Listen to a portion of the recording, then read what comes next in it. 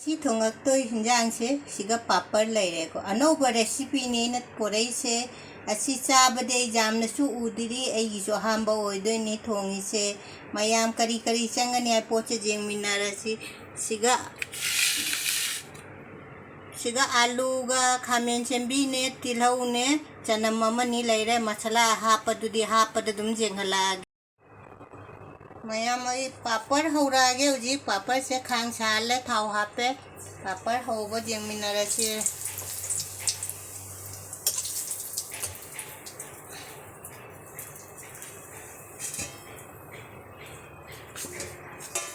ꯇꯤꯜꯍꯧꯁꯦ ꯉꯥꯡꯉꯃꯤꯅ ꯑꯂꯨꯁꯦ ꯍꯥꯞꯆꯤꯜꯂꯁꯤ ꯑꯂꯨꯁꯦ ꯉꯥꯏꯍꯥꯛ ꯉꯧꯔꯒ ꯈꯥꯃꯦꯟ ꯑꯁꯤꯟꯕꯤꯁꯦ ꯍꯥꯞꯄꯁꯤ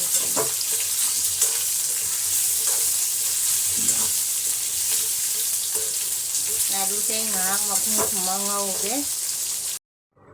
ꯄꯥꯄꯔ ꯍꯧꯕ ꯂꯣꯏꯔꯦ ꯑꯗꯨ ꯄꯥꯄꯔ ꯍꯧꯔꯦ ꯑꯇꯩ ꯍꯤꯟꯖꯥꯡ ꯊꯣꯡꯕꯁꯦ ꯌꯦꯡꯍꯜꯂꯛꯑꯒꯦ ꯄꯥꯄꯔ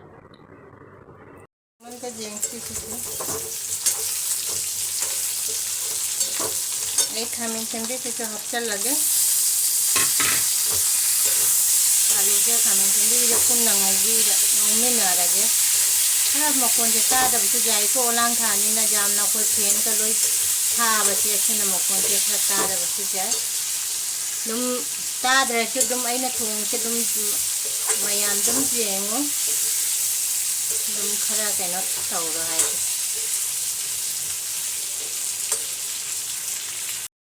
देना पापड़ के सुमाइना रा फ्लोटिंग हम द कीरा थम्मे मदे इंग द उइधा दना बयान ऐना तेजपत्ता हापे दगेगी तिलौ चनम हापचे लगे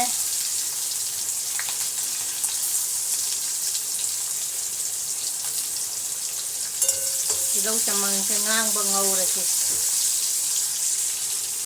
पापड़ हौब थाव से दुम जांग से केनो तौरगे थाव खतंग हाप के से थाव पापड़ हौब ई थाव से मुसिन मुएबा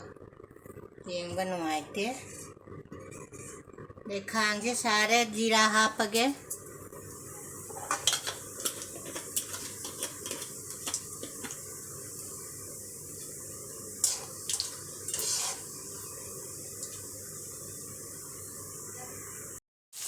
खामें सेंबी से मुनना आलू से मुनब थूम खरा थाक्सलसी थूम खरा थासिको मुन्ना बेन दुगा मसाला से थाकेल हौरसे मसाला से कइनो चिगा हिंजांग से थावनब सिना फतिगो मकुप धनिया पाउडर जीरा मकुप सिना अंगांग जायंगांग हल्दी मिर्ची पाउडर मिर्ची मोरक मकुप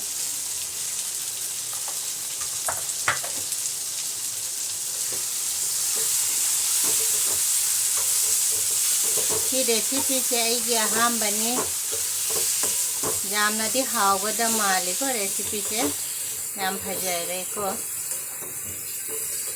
जेनम नाकुपी फंगले बाउदी अन केनगी बनी अदु फंगदे अदु ngahak ngawrasi पापड़ से हिंजांग से थादा रसी पापड़ चाइना पोलोथिन से कीरा थम्मने पापड़ से सुमाई तौने हिंजांग से थादा बिरबा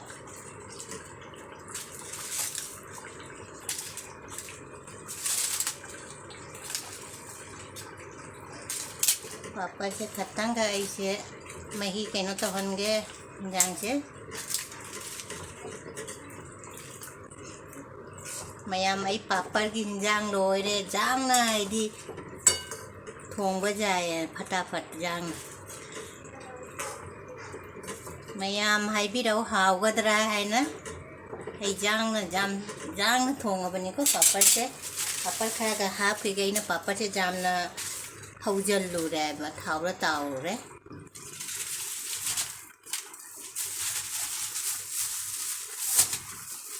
खरा सिमाई चा कदम चारागे से कीरा थम्मे जी फतिगोम हापचल से मैम पापड़ थोंग से लोरे मैम लोरे Mayam hinjang je mahau hengan na ba garam masala khatang ka hap ke garam masala che jam na hap padi cha ba hinna de ba adi kai di chanu cha dam ne na machu che phajadra hawa da di mali ko machu che ayu ji mahi khara ka hatcha lage mahi ji ngahak chawal ke मसाला से half तो मारे ना कहीं से मोरो का half तो ना हाय खराई सिंगरा हाथ चलम सिंगरा हाफ अच्छे सिंगापा ngawga thuna di jang na si di sin jang je thong ga jaye ba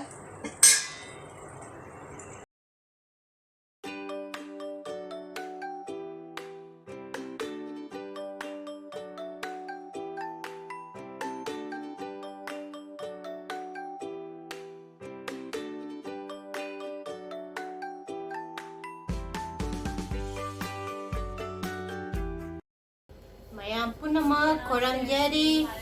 ngasi ay anauba recipe ma pura la ngasi je anauba hinjang ne na charak to se ngasi anauba ai ki hamba thong bani ko anauba mayam punama ahamba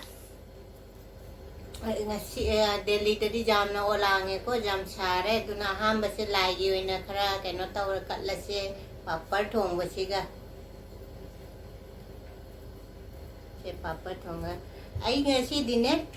puri su hore ba se puri siga papar thong ba siga chara ke de lai de kat khram matung da de papar thong ba se recipe ano ba se mayam ge mayam di lake jam na ti hawa da male manam ka di jam nung si ko si se papar ge loina na mayam da ilage maya katho se ये आई ना ngasi cha to se kari kari no hase ai hai ba ka hore ne chigati ko papar ka alu ko thong bani ko ai na si thong bai su khatang ka ut khi bani mayam da jam nai na cheng han ning ba mayam su thong na cha na bai nai na si no bo recipe se mayam da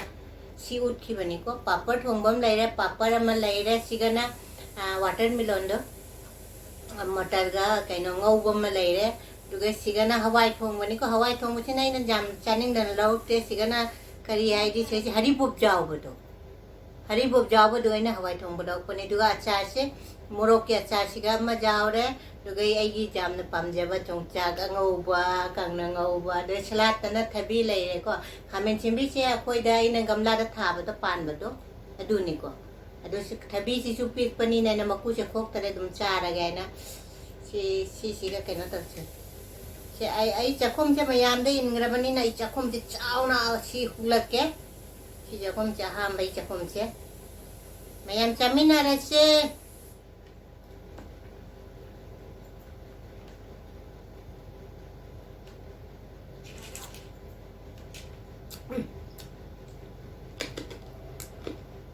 पापा तो मन को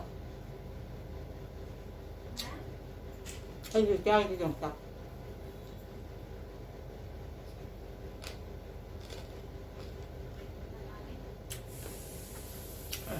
ma'am खाने में नुंची बचा से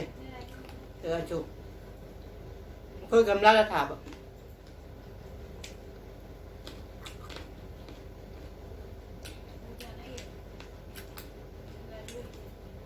कोई जैसे तरबूजा से अरे जूस था कराया तो तुम चार तो मकू से को मांगन दे को चार बाजार में जम हाव रे पापा ठोंग बजे ऐसी जम हावरी ने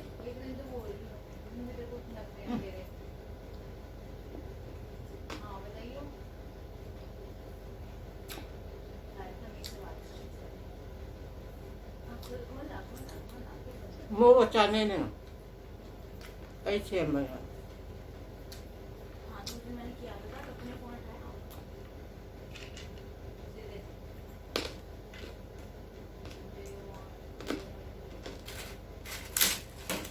apa cara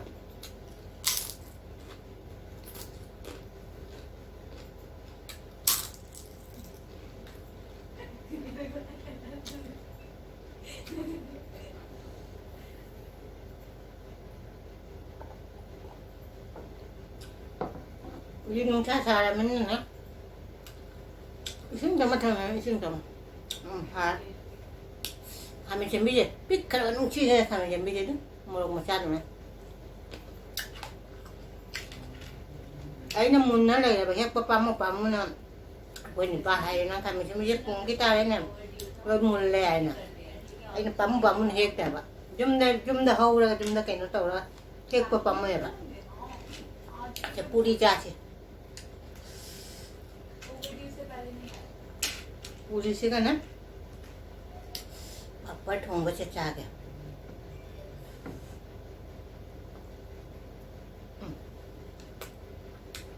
Mày làm ấy là hai cái thay để papa thong chân chân cái sắp cái ngao đấy bộ.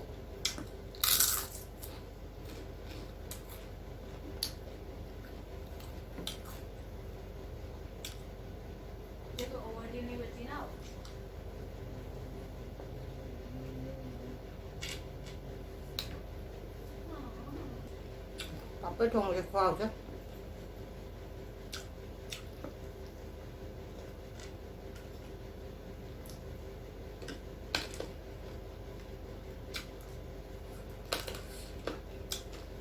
Yang di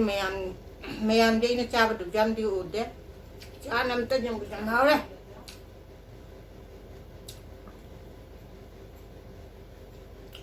Kamu pucat lah dia hal ada tu tu mengai kita ni mana lah.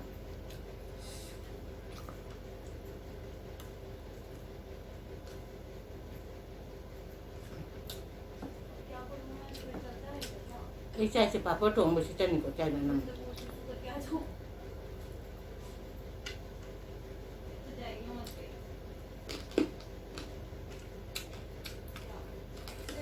Asyik begini jam malam lah. Pagi hari macam ini tengah hari macam.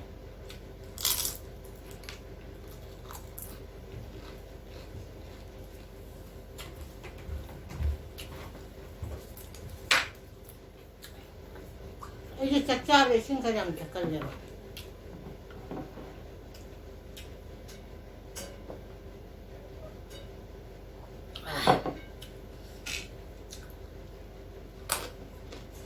Ini kurung cai ni jongca.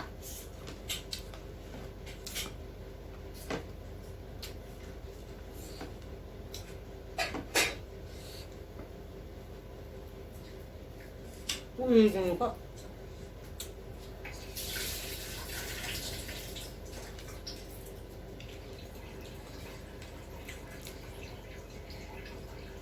Hảo bro mama. Làm ảo đi bố. Khoa ôm nè.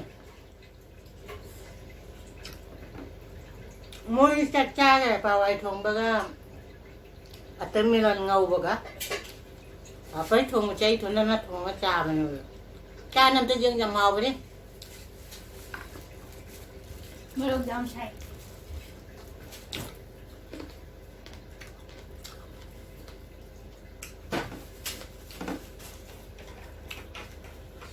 Một cái cánh trà là vậy. Ở nhà xe mới bị mệt cái đầu này và mệt lâu rồi vậy. Thế không được. Cái nhà trà rồi sao?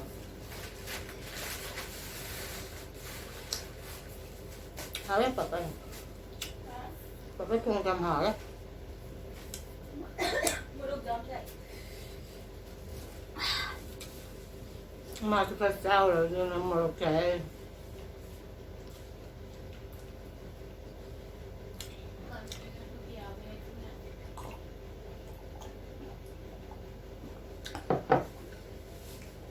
mày ăn cái đấy bà đối chưa cha kia đúng bà đối chưa chuột đấy cái cha kia cái tăng linh là cha này và cái đấy cái anh này không đang là tôi cha kia cái tăng khăn để khôi cha kia cái tăng cha và cái cha chết tới chọc thủ Ado na jum da na open jam cara ngi sa ka chau tho du ga di chau tho du ga di khara nong dang di chara he la ba nong dang di cha de ko asyeng mane hai che au ke no mate tang jang che kang han ya na mlian dum je ngoi che je ngo ha nei ga khara jang che ka kang chal la ba kan tham di pha re ko i jum la pa de cha de ba che mayam ai recipe ai papa thong ba chem tan cha je au re khwa om ni ꯑꯗꯨ ꯃꯌꯥꯝꯅ ꯑꯅꯧꯕ ꯌꯦꯡꯕ ꯌꯥꯎꯔꯁꯨ ꯑꯩꯒꯤ ꯚꯤꯗꯤꯑꯣꯁꯦ ꯌꯦꯡꯕ ꯅꯨꯡꯉꯥꯏꯔꯗꯤ subscribe like ꯁꯤꯌꯔ ꯇꯧꯕꯤꯔꯝꯃꯣ ꯃꯊꯪ ꯑꯅꯧꯕ ꯚꯤꯗꯤꯑꯣ ꯑꯃ ꯊꯨꯅ ꯌꯥꯡꯅ ꯄꯨꯅ ꯂꯥꯛꯀꯦ ꯕꯥꯏ ꯉꯁꯤꯒꯤꯁꯤꯒ ꯊꯝꯃꯦ ꯕꯥꯏ